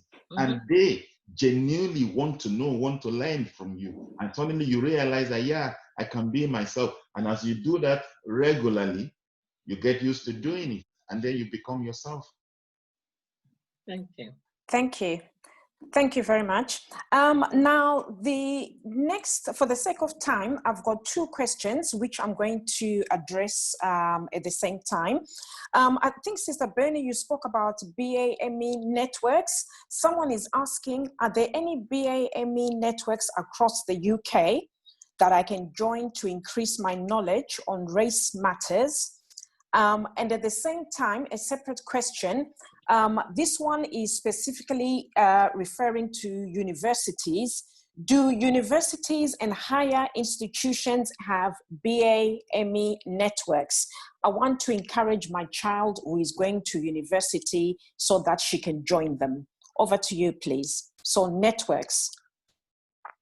I'll start with the second question. And usually in universities, they call them society. So you'll find maybe you have the African Caribbean Society or the Ghanaian Society. And absolutely, I will encourage every young person to join their African, Caribbean, Ghanaian, whatever societies they have linked to race. It's a way for you actually to demonstrate leadership, because you could have, run for a chair or vice chair. So they have different positions. And I think it's a great way to actually start a leadership journey. So I really encourage young people at universities, colleges, wherever, please join your societies. And not just join to be a passive member, aspire to be a chair, a vice chair, an executive member. Be relevant, because these are some of the things, especially for our young people, when they come for interviews, and I interview quite a lot of young people on our graduate schemes, is that we're quite good on paper. But when it comes to interaction and demonstrating our leadership skills, we're looking down and we're not used to public speaking. So we're fantastic on paper, but from the interviewing perspective, we haven't had the opportunity to actually have public speeches, public addresses, to actually lead a kind of organization. So you can really do this through your African, Caribbean, Ghanaian, whatever society. That's one thing. To the first question around employee network groups, staff networks, every organization, or I should say most organizations, have employee networks. NHS have a fantastic one. We've got Yvonne Coghill, who's doing some fantastic work around the res equality strategy. And it's really important that you should be part of it. Now, if you do not have one, so playing to what I do, we recognize that there was a gap, or I shouldn't say we, I should say my co-chair recognized there was a gap at the grade just below the senior civil servants. And we just wrote to the permanent secretary, or she wrote to the permanent secretary, got the permanent secretary to sponsor the launch, and here we are 4 years on. So if you notice that, oh, you know what, there are few of us from a BAME background in this organization, and there's no network, come together, bring them together, start something, and you never know where it would lead, but don't use it as an excuse to do nothing. If there isn't one, start one yourself. Thank you. Also, though, could you, for what you know and your experience, could you please post some online later on, not necessarily on the Zoom, on the sort of chat platforms, so people can then be able to access them. Thank you. Yes, and if anyone is thinking of starting one, please contact me. I can talk for hours on this. I'll leave my number. I'll leave my number. I think at this time, and just touching on another point around leadership. There's some of the examples that I give when I go to interviews that don't come from my day job, but as a result of co-chairing a cross-government network, the very senior stakeholder engagement that I've done as permanent secretary has come from leading the network, not from my day job. So it's a good opportunity for you to hone your leadership and stakeholder management skills. Can I add a balance? Because the second part of the question talked about the university. Don't join the BME network in the university alone, knowing that in your work life, in the UK, in Europe, anyway, majority are going to be Caucasians around you over time. So in addition to joining your BAME network, please join societies too, where you know how to interact and develop social intelligence with the other nationalities. It's very important. Thank you. Thank you very much for that. This is quite an interesting one. Staying on the Black and ethnic minority, the person says here, I'd like to organize and host a Black History Month or Black Lives Matters events in my office, but I don't know how to go about doing it. I would appreciate your advice. I guess, you know, this is somebody who wants to do something, but they're not sure how to do it. So yes, any advice on that, please? I think in order to save time, Sister Penny has just said, can such a person contact her directly? She's more than happy. So just get her number and contact her so that she can give you, that's her bread and butter and her passion. So she'll give you all the tips you need to know. Thank you. Yeah, and that's pretty much, because most of the questions are quite similar. I don't know if you wanted to go through a few more, because most of them are quite recurring themes, and quite a few of them, we've pretty much covered them. So there's one about universities as well, about somebody gave a example here of a young lady, and Black lady person says, got into Cambridge University to do engineering, but almost quit because of racial discrimination from students. And going on to say that, what advice can you give to people who are aspiring to go to the Oxbridge universities on coping and survival techniques in such a situation? So this is outside of the workplace. This is more young people, student environment. Any advice, please? So I think my advice on that, and Minister Dapo by all means come in after me, with regards to young people who aspire to attend these top level universities, I think understanding, doing your research, so you know that you're going to be in a minority. So you need to build your resilience along the way. If that is something that you don't wake up and aspire to want to go to Oxford or Cambridge, you kind of start quite early. That is a vision that you have. So there's something about understanding what you could face and trying to see how you could get some research and experience of the culture within there. So what I will say again, universities have those societies. So reach out to contact the African, Caribbean, Black BAME, whatever network within the university before you actually join, finding someone to have a conversation with. So again, I'm talking about the networks. So I'm sure if this person could have had that interaction, they would have been known that they were coming into the university. They could have been supported by the network from the beginning. So a lot of it is actually doing some research, finding people who can support you before you get into that space. But I think it's really building your resilience, because I'm not even knocking the fact that it is difficult, but it's making sure that you know what to expect.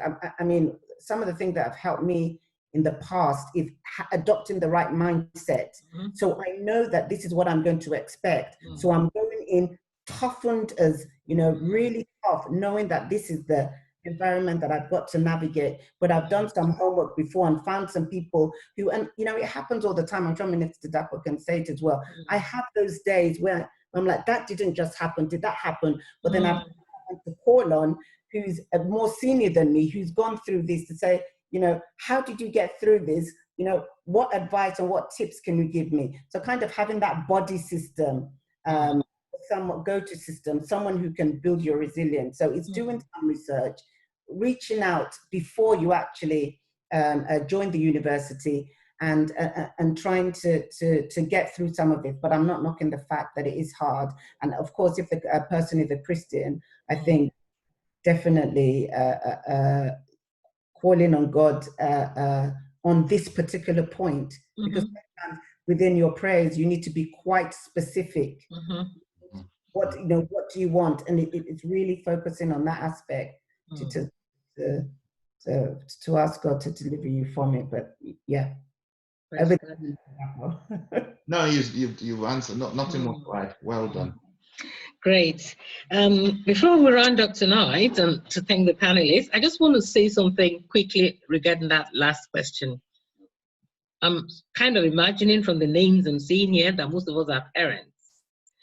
So if you're a parent and you are the one that really wants to push your child to go to Oxbridge at all costs, without preparing that child to know the kind of things that they're going to be facing, please don't do that. It has to be that the child is ready and willing to know, and then you guide and help them to know what to expect. Because you don't want a child to start off in life already feeling that they're half, sort of damaged in a way. Mm-hmm. So let it be something. Hello? Can we mute that person, please?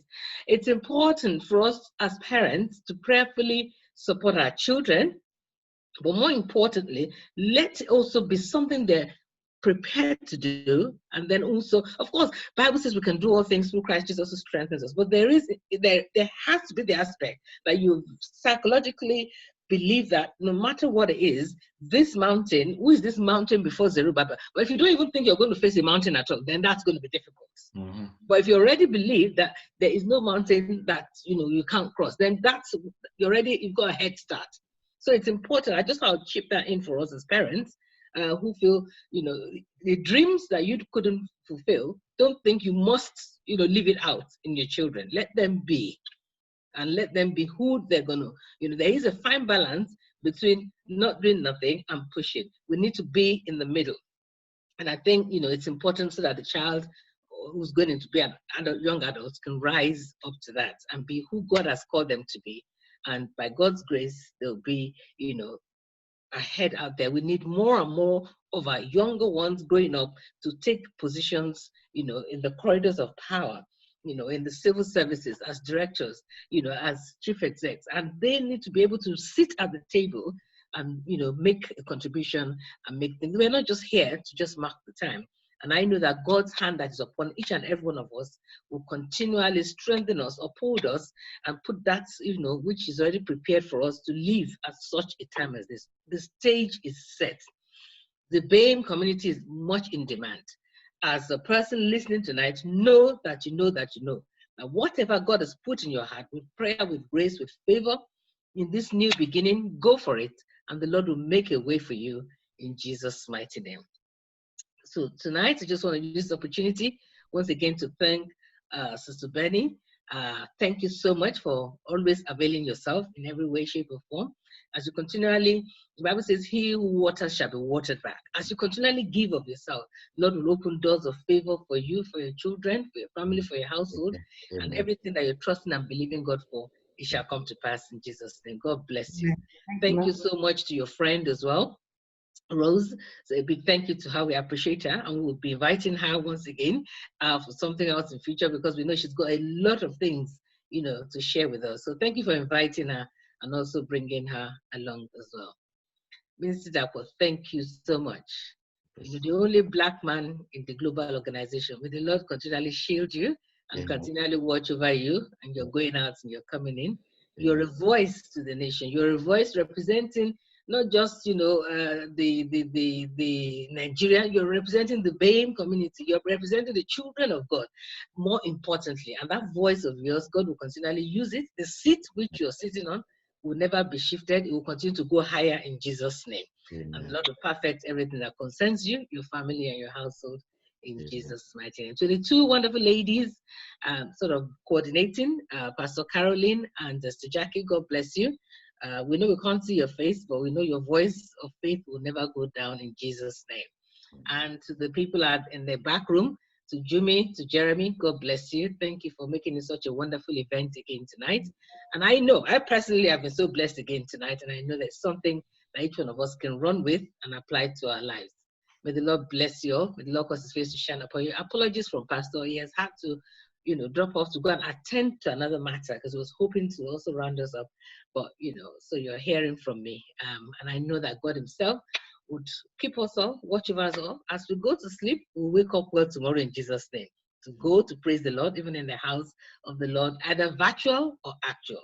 It's important for us to know whether you're watching virtually or you're actually in the house in Concord House, we are all worshiping together and praising the Lord, and God indeed will be glorified in all of our lives. God bless you real good, and have a wonderful night's rest. See you tomorrow. Thank you. Bye-bye, everybody. Thank you. Thank you. Bye-bye. Bye-bye.